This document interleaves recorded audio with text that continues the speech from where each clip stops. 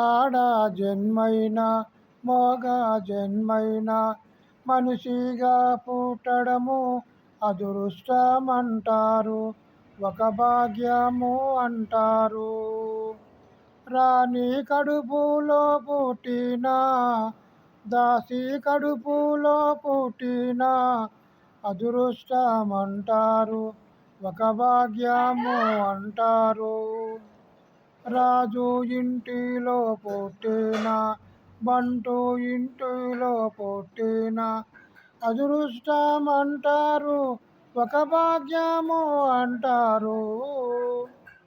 బడిలో జీవితము గుడిలో జీవితము పంట చేనులో జీవితము కష్టమైన సుఖమైన మోయాలి అంటారు.